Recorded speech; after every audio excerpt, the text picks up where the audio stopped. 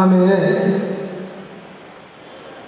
ಸಂಜಯನ ಜೊತೆಯಲ್ಲಿ ಚರ್ಚೆ ನಡೆಯಿತು. ದುರ್ಯೋಧನ ಮತ್ತು ತನ್ನ ಹಠಮಾರಿತನ ಗಾಂಧಾರಿ ಹೇಳಲಿ, ಧೃತರಾಷ್ಟ್ರ ಹೇಳಲಿ, ಎಲ್ಲರ ಮಾತನ್ನು ಕೂಡ ತಿರಸ್ಕರಿಸಿ, ನೀವು ಯಾರ ಹಂಗು ನನಗಿಲ್ಲ, ನೀವು ಮಾಡಿ ನಾನಂತೂ ಕರ್ಣ ಅವರನ್ನು ಮುಂದಿಟ್ಟುಕೊಂಡು ಹೋರಾಟ ಮಾಡುವವರು ನಿಮ್ಮ ತನ್ನ ಹಠವನ್ನೇ ಅಲ್ಲಿ ಎತ್ತಿ ತೋರಿಸಿದರು. ಇಲ್ಲಿ ಪಾಂಡವರೆಲ್ಲ ದೊಡ್ಡ ಸಭೆ ಸೇರಿಸಿತು. ಅಲ್ಲಿ ಧರ್ಮರಾಜ ಹೇಳುವ ಮಾತು, ಯಥಾ ಭೀಷ್ಮೇ ಅನೇಕರು ಈ ಪಾಂಡವರು ಯುದ್ಧದಲ್ಲಿ ಬಹಳ ಆಗ್ರಹಪಟ್ಟವರು, ಕೃಷ್ಣ ಎಲ್ಲ ಹಿಂಸೆಗೆ ಕಾರಣ ಎಂಬುದಾಗಿ ಮಹಾಭಾರತದ ಯುದ್ಧದ ಹಿಂಸೆಗೆ ಕೃಷ್ಣನ ಮನಸ್ಸು ಮಾಡಿದರೆ ನಿಲ್ಲಿಸಬಹುದಿತ್ತು, ಕೃಷ್ಣನೇ ಕಾರಣ ಅಂತ ಕೃಷ್ಣನನ್ನು ಆಕ್ಷೇಪಿಸಿದ್ದಾರೆ ಆಧುನಿಕ ಬುದ್ಧಿಜೀವಿ. ಭಗವದ್ಗೀತೆಯಲ್ಲಿ ಹಿಂಸೆಯನ್ನೇ ಪ್ರಚೋದನೆ ಮಾಡಿದ್ದು ಎಂಬುದಾಗಿ ಕೃಷ್ಣನ ಮೇಲೆ ಬಗ್ಗೆ ಅನೇಕ ಆಕ್ಷೇಪ ಆರೋಪಗಳು ಮಾಡ್ತಾ ಇದ್ದಾರೆ. ಮಹಾಭಾರತದ ಧರ್ಮರಾಜನ ವಾಕ್ಯ, ಕೃಷ್ಣನ ಮಾತು, ಇದನ್ನೆಲ್ಲ ಗಮನಿಸಿದಾಗ ಪಾಂಡವರು ಹೇಗೆ ಶಾಂತಿಪ್ರಿಯರು ಎಂಬುದು ಸ್ಪಷ್ಟವಾಗ್ತಾ ಇದೆ. ಧರ್ಮರಾಜ ಹೇಳ್ತಾ ಇದ್ದಾನೆ, ನಮಗೆ ಈ ಯುದ್ಧ ಆಗುವಂಥದ್ದು ಆಗಬಾರದು. ಯಥಾ ಭೀಷ್ಮೇನ ದ್ರೋಣ ವಾಲ್ಮೀಕ ಇಂಥ ದೊಡ್ಡ ಭಕ್ತರು, ಭಗವದ್ಭಕ್ತರು, ಇದರ ಕುರುಗಳು, ಅವರ ಜೊತೆಗೆ ಯುದ್ಧ ಆಗುವಂಥ ಸಂದರ್ಭ ಬರಬಾರದು. ಇದು ನನ್ನ ಪ್ರಥಮ ಮುಖ್ಯ ಉದ್ದೇಶ, ಯುದ್ಧವನ್ನು ಆದಷ್ಟು ತಡೆಯಬೇಕು. ಇದು ನಮಗೆಲ್ಲರಿಗೂ ಶ್ರೇಯ. ಯುದ್ಧ ಬಾರದಂತೆ ಏನು ಮಾಡಬಹುದು, ಇದರ ಬಗ್ಗೆ ಕೃಷ್ಣ ನಮಗೆ ಸಹಾಯ ಬೇಕು. ನೀನೇ ಮಾರ್ಗದರ್ಶನ ಮಾಡಬೇಕು. ಯುದ್ಧ ನಾವು ಇಷ್ಟವೇ ಇಲ್ಲ. ಯುದ್ಧ ಇಲ್ಲದೆ ಶಾಂತಿ ಮಾರ್ಗದಿಂದ, ಸಂಧಾನದಿಂದ ಈ ಘರ್ಷಣೆ ನಿಲ್ಲಬೇಕು. ಅದಕ್ಕೆ ಮಾರ್ಗ ತೋರಿಸು. ಅವನು ಹೇಳ್ತಾನೆ, ನಮ್ಮ ಧೃತರಾಷ್ಟ್ರ ನಮ್ಮ ಚಿಕ್ಕಪ್ಪ, ನಮ್ಮ ದೊಡ್ಡಪ್ಪ, ಆದರೆ ಅವನಿಗೆ ಶಾಂತಿ ಬೇಕು ಅಂತುಂಟು. ರಾಜ್ಯವನ್ನು ಕೊಡದೆ ರಾಜ್ಯವನ್ನು ತಾನೇ ಇಟ್ಟುಕೊಂಡು ಶಾಂತಿ. ಎಂಥ ಶಾಂತಿ? ಅಪ್ರಧಾನೆಯ ತ್ಯಾಗಕ್ಕೆ ಸಿದ್ಧತೆ. ನಾವೇ ತ್ಯಾಗ ಮಾಡೋಣ. ರಾಜ್ಯವನ್ನು ಬಿಡದೆ ಅಪ್ರಧಾನೆಯ ರಾಜ್ಯಸ್ಯ ಶಾಂತಿ ಅಸ್ಮಾಸ ಮಾಡಿ. ಶಾಂತಿ ಬೇಕು. ರಾಜ್ಯ ತಮ್ಮಲ್ಲಿ ಯುದ್ಧ ಹರಿರೂಪ ಆಶೆ. ಹೀಗಾಗಿ ನಾವು ಒಪ್ಪಂದ ಪ್ರಕಾರ 13 ವರ್ಷ ಅರಣ್ಯವಾಸ, ಅಜ್ಞಾತವಾಸ ಎಲ್ಲ ಪೂರಿಸಿದೆ. ನಾನು ಒಪ್ಪಂದ ಬೇಕಾಗಿಲ್ಲ, ಅದನ್ನು ನಡೆಯಬೇಕಾಗಿದೆ. ಆದರೂ ಮಾತು ಕೊಟ್ಟಿದ್ದೇವೆ ಎಂಬುದಾಗಿ ಆ ಅಗ್ರಿಮೆಂಟ್ ಒಪ್ಪಂದ ಏನಾಗಿದೆ, ಅರಣ್ಯವಾಸ ಮತ್ತು ಅಜ್ಞಾತವಾಸ ಅದು ಸರಿಯಾಗಿ ನಾವು ಪೂರೈಸಿದ್ದೇವೆ. ಆದರೆ ಇಷ್ಟಾದರೂ ಕೂಡ ಕೊಡಲಿಕ್ಕೆ ತಯಾರಿದೆ. ಮತ್ತು ನಾವು 13 ವರ್ಷ ಅರಣ್ಯಕ್ಕೆ ಹೋಗಬೇಕು ಅಂತೇಳಿ ರಾಜ್ಯವನ್ನು ಮತ್ತು ತಾನು ಇಟ್ಟುಕೊಳ್ಳಬೇಕು ಅಂತ ರಾಜ್ಯದ ಅತಿಯಾದ ಆಶೆ. ಅವನಿಗೆ ಮಕ್ಕಳ ಅಧೀನರಾಗಿದ್ದಾರೆ, ಪುತ್ರರಿದ್ದರೆ ಮಕ್ಕಳ ಮೇಲೆ ಯಾವ ಇದಾಗಿ ಅವನು ಹೇಳಿದಂತೆ ಕೊಡಿದ್ದಾನೆ. ತನ್ನ ಸ್ವಂತ ಬುದ್ಧಿಯಲ್ಲಿ ಧರ್ಮ ಯಾವುದು, ಅಧರ್ಮ ಯಾವುದು, ಯಾವುದು ನ್ಯಾಯ, ಇದನ್ನು ಒಂದು ಪರಿಶೀಲನೆ ಮಾಡೋದೇ. ಹೀಗಾಗಿ ನಾನು ಕೊನೆಗೆ ಅರ್ಧ ರಾಜ್ಯ ಬೇಡಪ್ಪ, ಪಂಚರಸ್ತಾದದಿ ಅಂತ 5 ಗ್ರಾಮ ಸಾಕು. ಅದು ಗ್ರಾಮವೂ ಆಗಬಹುದು, ನಗರವೂ ಆಗಬಹುದು. ನಗರವಾಗಬೇಕಾದ್ರೆ ಸಿಟಿಯಲ್ಲಿದ್ದ ಚಿಂತೆ 5 ಗ್ರಾಮ ಕೊಟ್ಟು ಅಲ್ಲಿ ನಾವು ವಾಸ ಮಾಡ್ತೇವೆ. ನಮ್ಮದೇ ಆದ ರೀತಿಯಿಂದ ನಮ್ಮ ಒಂದು ಸೇವಾ ಕಾರ್ಯ, ರಕ್ಷಣಾ ಕಾರ್ಯ, ಪ್ರಜಾ ರಕ್ಷಣಾ ಕಾರ್ಯ ನಾವು ಮಾಡಬೇಕು. ಅದನ್ನು ಮಾಡ್ತೇವೆ. ಗಜದಾನಂದ ದುಷ್ಟಾತ್ಮ ಅಷ್ಟು ಕೊಡಬೇಕು ಕೂಡ ತಯಾರಿ. ಬಹಳ ಸ್ವಾಮಿ ತಾನೇ ಪೂರ್ತಿ ಯಜಮಾನ ತಾನೇ ಈ ಥರದ ಅತಿಯಾದ ಆಶೆ ನೋಡಿ. ಎಷ್ಟೇ ವೃದ್ಧ ಧೃತರಾಷ್ಟ್ರ ಉತ್ತಮ ಕುಲದಲ್ಲಿದ್ದಾರೆ, ಆದರೂ ಮತ್ತೊಂದು ಹಣಕ್ಕೆ ಆಶೆ. ಪರವಿದ್ಯೇಶ ವಿದ್ಯೆತ, ಅವನು ಒಳ್ಳೆಯ ವೃದ್ಧನಾಗಿದ್ದಾನೆ, ಉತ್ತಮ ಕುಲ ಪ್ರಸೂತ. ಆದರೂ ನಮ್ಮ ದೊಡ್ಡಪ್ಪ ರಾಜ್ಯ ಮತ್ತೊಬ್ಬರ ಹಣ ತಮ್ಮದಾನ, ಈ ಆಶೆ, ಈ ಲೋಭ ನಮ್ಮೆಲ್ಲ ಒಳ್ಳೆಯ ವಿಚಾರ ಕೆಟ್ಟು ಲೋಭ ನಮಗೇನು ಒಳ್ಳೆಯ ವಿಚಾರ ಇದೆ, ಒಳ್ಳೆಯ ಬುದ್ಧಿ ಇದೆ, ಅದನ್ನು ಕೆಡಿಸುವುದು ಲೋಭ. ಆ ಲೋಭದಿಂದಲೇ ಇವತ್ತೆಲ್ಲ ಅನರ್ಥಗಳು. ಲೋಭ ಪ್ರಜ್ಞಾನ ಪ್ರಜ್ಞಾ ಹತಕ್ಕೆ.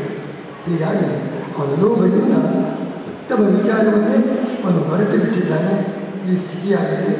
ಅದಕ್ಕೋಸ್ಕರ ನಾವು ಅವನನ್ನು ಅವನ ಇಷ್ಟ ಆಗ್ರಹದಲ್ಲಿದ್ದಾನೆ. ನನ್ನ ಅಪೇಕ್ಷೆ ನಾವು ಅವರು ಪ್ರಶಾಂತ ಸಮಭೂತ, ಪ್ರಶಾಂತರಾಗಿ ಎಲ್ಲರೂ ಸಮಾನರಾಗಿಟ್ಟುಕೊಂಡು ಸಂಪತ್ತನ್ನು ಅನುಭವಿಸು, ಹೊರತು ಯುದ್ಧ ಬೇಡ.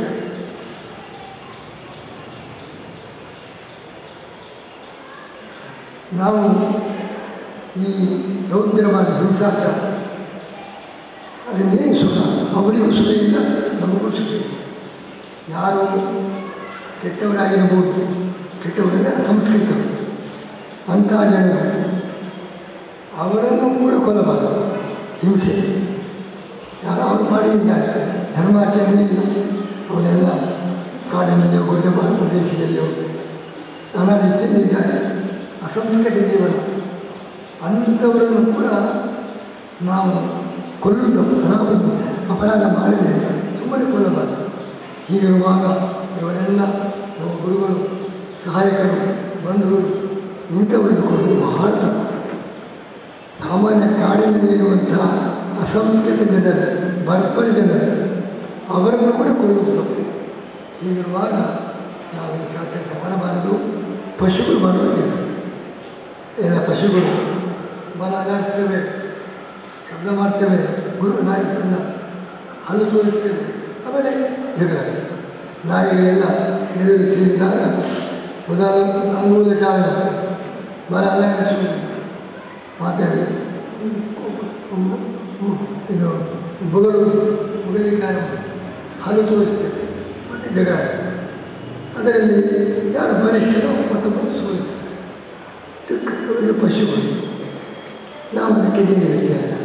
ನಾವು ಪಶುಗಳಲ್ಲಿ ಅವ ನಾಯಿ ಇವುಗಳೆಲ್ಲ ಜಗಳಾಡುವಂತೆ ನಾವು ಕೂಡ ನಮ್ಮ ಮಾನವರ ಜೊತೆಗೆ ಆ ಪಶುಗಳಂತೆ ಏವಮೇವ ಮನುಷ್ಯೇಶು, ಮನುಷ್ಯನು ಕೂಡ ಅದೇ ರೀತಿ ಪಶುಗಳಂತೆ ವರ್ತಿಸಿ ಸ್ವಾರ್ಥಕ್ಕೋಸ್ಕರ ಸಿಟ್ಟು, ಬೊಗಳುವುದು, ಬೈಯುವುದು, ಹೊಡೆಯುವುದು, ಏನು ಪ್ರಯೋಜನ?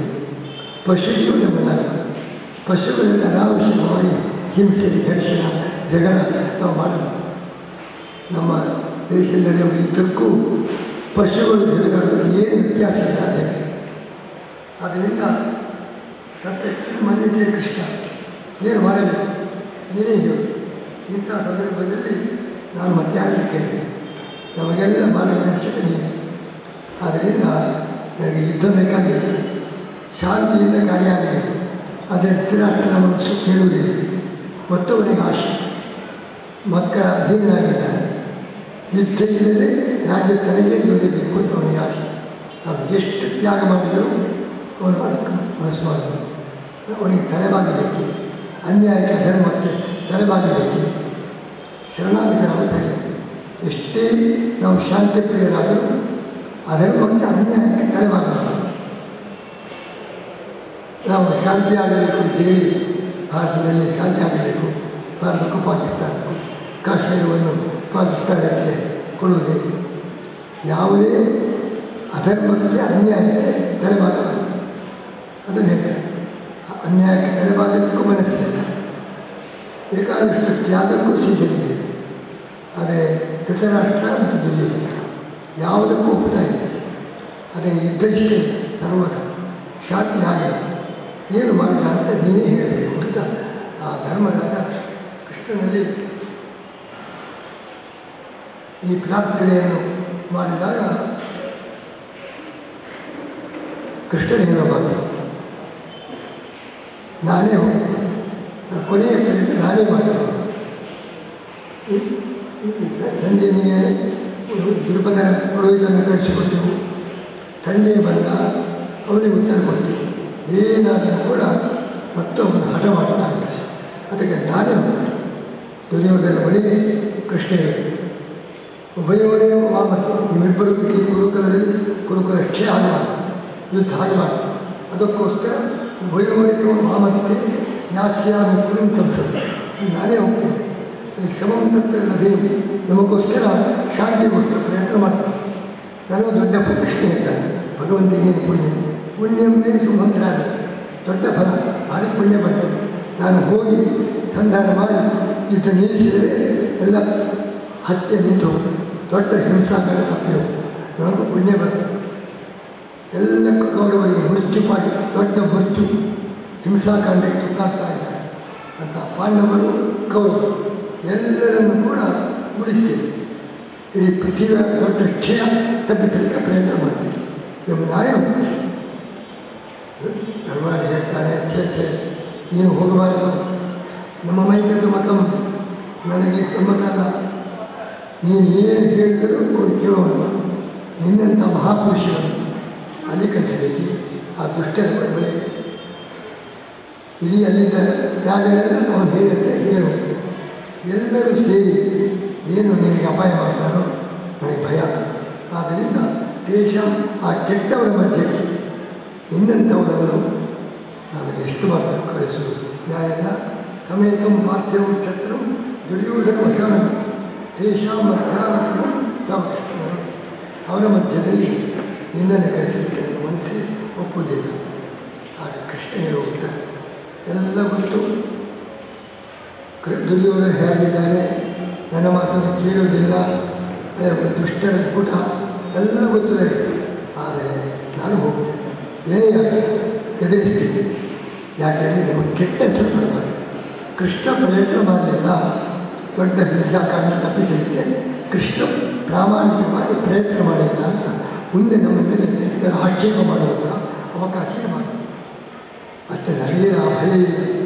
ಅವಕ್ಕವರು ಎಷ್ಟೇ ದುಷ್ಟರಿರಲಿ ನನ್ನ ಎದುರಿಸಲಿಕ್ಕೆ ಅವರು ಯಾರಿಗೂ ಶಕ್ತಿ ಇಲ್ಲ. ಆದ್ದರಿಂದ ನನಗೆ ನಾನು ಅದಕ್ಕೆ ಹೆದರುವುದಿಲ್ಲ.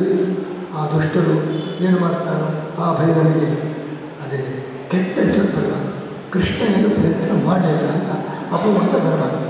ಅದಕ್ಕೋಸ್ಕರ ನಾನು ಮಾಡುವ ಕರ್ತವ್ಯ ಕೊನೆಯ ಪ್ರಯತ್ನ ಸಂಧಾನಕಾರನಾಗಿ ನಿಮ್ಮ ಪರವಾಗಿ ಇಬ್ಬರಿಗೂ ಕೂಡ ಘರ್ಷಣೆ ಆಗದಂತೆ ಮಾಡುವ ಪ್ರಯತ್ನ ಅವರು ಕೇಳಿದೆ.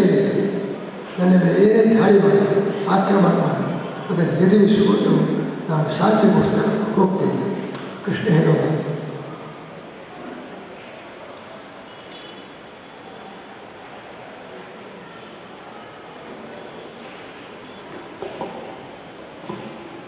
ಆಗ ಕೊನೆಗೆ ಹೇಳ್ತಾನೆ, ಎತ್ತೊಬ್ಬೆ ಮುಂದುವರಿದೆ ಕೃಷ್ಣ. ಆಗ ಅಷ್ಟು ಹೇಳಿದಾಗ ನೀನು ತೋರಿಸುತ್ತೆ ನಾನೇ ಒತ್ತಾಯ ಮಾಡಲಿಲ್ಲ. ನೀನು ಕೃತಾರ್ಥರಾಗಿ ಶಾಂತಿ ಸಾಧನೆ ಮಾಡಿಕೊಂಡು ಬರುವ ಹಾಗಾಗಿದೆ. ಯಥಾ ಸರ್ವೇ ಸುಮನಸಃ, ನಾವೆಲ್ಲರೂ ಕೂಡ ಸೋಮನಸ್ಸಿನಿಂದ ಶಾಂತಿಯಿಂದ ಇರುವಂಥ ವಾತಾವರಣ ನಿರ್ಮಾಣವಾಗಿದೆ. ನೀನು ನಮಗೆಲ್ಲರಿಗೂ ಎಲ್ಲ ರೀತಿಯಿಂದ ಬಂಧು ಮಿತ್ರ ಎಲ್ಲ. ಆದ್ದರಿಂದ ನೀನು ಸ್ವಚ್ಛ ಪ್ರಾಪ್ತಿ ಅಲ್ಲಿ ಹೋಗಿ ಮಂಗಳವಾಗಿ ನಮಗೆಲ್ಲರಿಗೂ ಮಂಗಳವಾಗಿ. ಅಸ್ಮಾನ ವೇತ್ತ ಪರಾನ ವೇತ್ತ ಅರ್ಥ. ನಮ್ಮ ವಿಷಯ ಗೊತ್ತುಂಟು, ಅವರ ವಿಷಯನೇ ಗೊತ್ತು, ಎಲ್ಲ ಪ್ರಮೇಯ ಗೊತ್ತು, ಎಲ್ಲ ಸಂಗತಿ ಗೊತ್ತಿದೆ. ಬಟ್ ಚೆನ್ನಾಗಿ ಮಾತಾಡುವ ಶಕ್ತಿ ಉಂಟು. ಅದು ಯಥಾಸ್ಪತಿ ಇದೊಂದು ದೃಷ್ಟಿ. ನಮಗೇನು ಇಷ್ಟವೋ ಅದನ್ನು ಕೃಷ್ಣ ದುರ್ಯೋಧನಿಗೆ ಹೇಳಿ ಯಜ್ಞ ಧರ್ಮೇಣ ಸಂಯುಕ್ತ, ಆ ಧರ್ಮಯುಕ್ತವಾದ ಹಿತವಾದ ಮಾತನ್ನು ದುರ್ಯೋಧನಿಗೆ ಹೇಳಿ. ಅಂತೂ ಏನು ನಿನಗೆ ಬಿಟ್ಟಿದೆ, ಶಾಂತಿವಾಗಲಿ ಯುದ್ಧವೇ ಆಗಲಿ, ನೀನಲ್ಲಿ ಹೋಗಿ ಹೇಳಬೇಕಾದ ಮಾತನ್ನು ಹೇಳಿ ಸಂಧಾನವಾದರೆ ಭಾಳ ಸಂತೋಷ. ಇಲ್ಲ ಯುದ್ಧನೇ ಮಾಡಿದರೆ ಅದಕ್ಕೋಸ್ಕರ. ಅದರಿಂದ ಶಾಂತಿಯಾಗಬೇಕೋ ಯುದ್ಧವಾಗಬೇಕು, ಏನಾಗಬೇಕು ಎಂಬುದಕ್ಕೆ ನಾನೇನು ಹೇಳುವುದಿಲ್ಲ. ಎಲ್ಲ ಹೊಣೆಗಾರಿಕೆ ಜವಾಬ್ದಾರಿ ನಿನಗೆ ಕೊಟ್ಟಿದ್ದೀನಿ.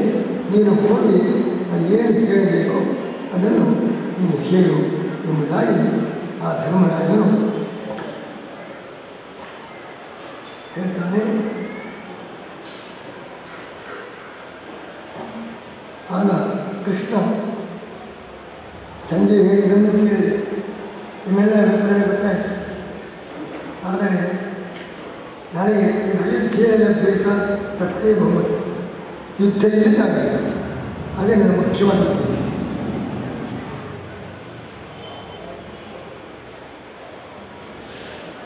ನಾನು ಎಲ್ಲರ ಮುಂದೆ ಏನು ಹೇಳಬೇಕಾದದ್ದು ಅದನ್ನೆಲ್ಲ ಹೇಳ್ತೇನೆ.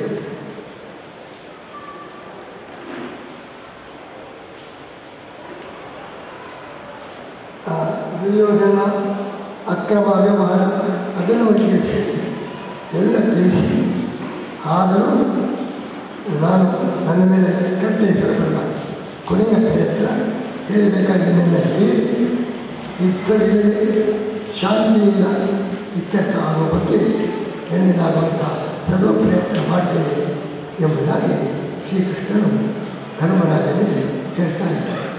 ಇದನ್ನೆಲ್ಲ ಓದಿದಾಗ ಪಾಂಡವ ಧರ್ಮರಾಜನಿಗೂ ಕೃಷ್ಣನಿಗೂ ಎಂಥ ಉದ್ದೇಶ, ಹಿಂಸೆ ತಪ್ಪಿಸಲು ಯಾವ ಏನೇ ದುಷ್ಟಪುಟ ಇದೆ ಅದನ್ನು ಎದುರಿಸಿಕೊಂಡು ಏನೇ ಅದಕ್ಕೆ ಹೆದರದೆ ಅವರು ಹೇಳಬೇಕಾದ ಮಾತನ್ನು ಹೇಳಿ ಶಾಂತಿಗಾಗಿ ಅಂತಿಮ ಪ್ರಯತ್ನ ಮಾಡ್ತೇನೆ ಎಂಬುದಾಗಿ ಕೃಷ್ಣ ಧರ್ಮರಾಜ ಬೇಡ ಅಂತ ಹೇಳಿದರು. ನನಗೆ ಯಾರ ಭಯವೂ ಇಲ್ಲ, ದುರ್ಯೋಧನ ಏನೇ ಆಗಲಿ ನನ್ನ ಮೇಲೆ ಎಂಥ ಆಕ್ರಮಣವನ್ನು ಅದನ್ನು ಎದುರಿಸಿದೆ, ಹೇಳಬೇಕಾದರೆ ಹೇಳ್ತೇನೆ, ಮಾಡಬೇಕಾದ ಕೊನೆಯ ಪ್ರಯತ್ನ ನಡೆಸ್ತೇನೆ ಎಂಬುದಾಗಿ ಶ್ರೀಕೃಷ್ಣನು ಹೇಳಿದ್ದಾನೆ. ಇದನ್ನೆಲ್ಲ ಗಮನಿಸಿದರೆ ಪಾಂಡವರ ಕಡೆಯಿಂದ ಕೃಷ್ಣನ ಕಡೆಯಿಂದ ಯಾವ ರೀತಿಯ ಕಳಕಳಿಯ ಪ್ರಯತ್ನ, ಇನ್ನೂ ಯುದ್ಧ ಆಯಿತು, ಹಿಂಸೆ ಆಯಿತು, ಭಗವಂತ ಎಂಬ ದೃಷ್ಟಿಯಿಂದ ಎಲ್ಲವೂ ಹೋಲಿಚ್ಚಿ ಎಲ್ಲ ಸಂವಾದ ಅದು ಭಗವಂತನ ಸಂಕಲ್ಪದಿಂದ. ಈಗ ಭಗವಂತ ದೇವರಾಗಿಲ್ಲ, ಮಾನವನಾಗಿ ಅವತಾರ ಮಾಡಿ ಮಾನವನಿಗೆ ಯಾವ ರೀತಿ ಇರಬೇಕು ಅಂತ ತೋರಿಸುವುದು ದೇವರು ಮುಖ್ಯವಾದ ಉದ್ದೇಶ. ಆದ್ದರಿಂದ ತಾನು ಅವರಿಗೆ ಗೊತ್ತು, ಭಗವಂತ ಸರ್ವಜ್ಞ, ಯುದ್ಧ ನಡೀತಿದೆ ಗೊತ್ತು. ಆದರೆ ಈಗ ಮಾನವನಾದವರು ಸಮಾಜದಲ್ಲಿ ಹೇಗೆ ವರ್ತಿಸಿದೆ, ಆದಷ್ಟು ಹಿಂಸೆ ತಪ್ಪಿಸಿದೆ, ಹಿಂಸಾಕಾಂಡ ನಡೆಯಲಿದೆ, ಕಳಕಳಿಯ ಪ್ರಯತ್ನ ಮಾಡಬೇಕು ಎಂಬುದು ಜಗತ್ತಿಗೆ ಸಾಧ್ಯ. ಅದಕ್ಕೋಸ್ಕರ ಕೃಷ್ಣ ಪರಮಾತ್ಮ ಸರ್ವಜ್ಞ, ಯುದ್ಧ ಆಗುವುದು ಗೊತ್ತಿದ್ದರೂ ಲೋಕದೃಷ್ಟಿಯಿಂದ ಆ ಯುದ್ಧ ತಡೆಯಲಿಕ್ಕೆ ನಾನು ಪ್ರಯತ್ನ ಮಾಡ್ತೇನೆ ಎಂಬುದಾಗಿ ಧರ್ಮರಾಜನಿಗೆ ಕೇಳಿ ಆ ಹಸ್ತಿನಾವತಿಗೆ ಹೊರಡಲು ಸಿದ್ಧರಾಗಿದ್ದಾನೆ ಎಂಬುದಕ್ಕೆ ಇವತ್ತಿನ ಗ್ರಂಥವನ್ನು ಮುಗಿಸ್ತಾ